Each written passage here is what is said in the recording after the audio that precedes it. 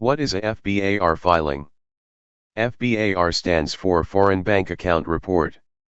FBAR filing refers to FinCen Form 114, Report of Foreign Bank and Financial Accounts.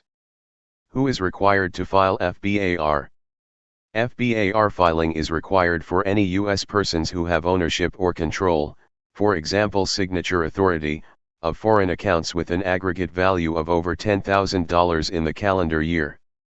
Who are U.S. person for FBAR? A United States person, including a citizen, resident, corporation, partnership, limited liability company, trust, and estate.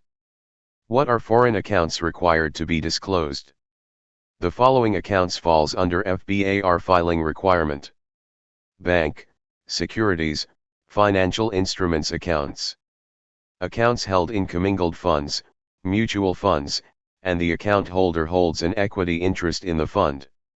Individually owned bonds, notes, stock certificates, and unsecured loans are not accounts. Foreign life insurance or annuities with cash surrender value are accounts. Foreign online gambling accounts, IRS says FBAR filing is required. When to file FBAR? The FBAR is an annual report, due on April 15 following the calendar year reported. You're allowed an automatic extension to October 15 if you fail to meet the FBAR annual due date of April 15. You don't need to request an extension to file the FBAR. What record a FBAR filer to keep? You must keep records for each account you must report on an FBAR that establish: name on the account, account number, name and address of the foreign bank, type of account, and maximum value during the year. The law doesn't specify the type of document to keep with this information. It can be bank statements or a copy of a filed FBAR, for example, if they have all the information. What are common mistakes and misunderstanding? Threshold amount. Many persons are under the mistaken belief that if one has several overseas accounts and a particular account is not over $10,000, then that account does not have to be reported. This is incorrect. Remember, if the highest aggregate value of all of the foreign accounts on any day in the tax year is over $10,000, then all accounts must be reported on the FBAR.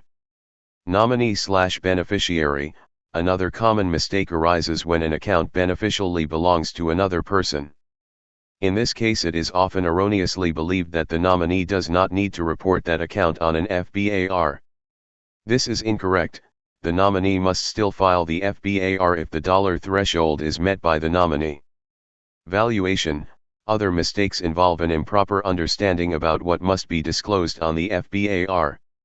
For example, foreign mutual funds or foreign life insurance/foreign annuity with a cash surrender value must be reported. Extension. Another common mistake involves the incorrect notion about filing for an extension.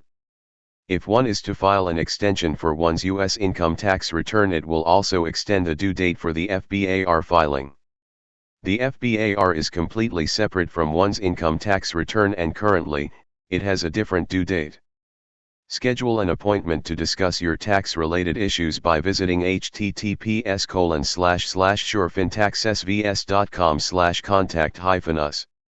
Subscribe our YouTube channel and hit the bell icon for notification.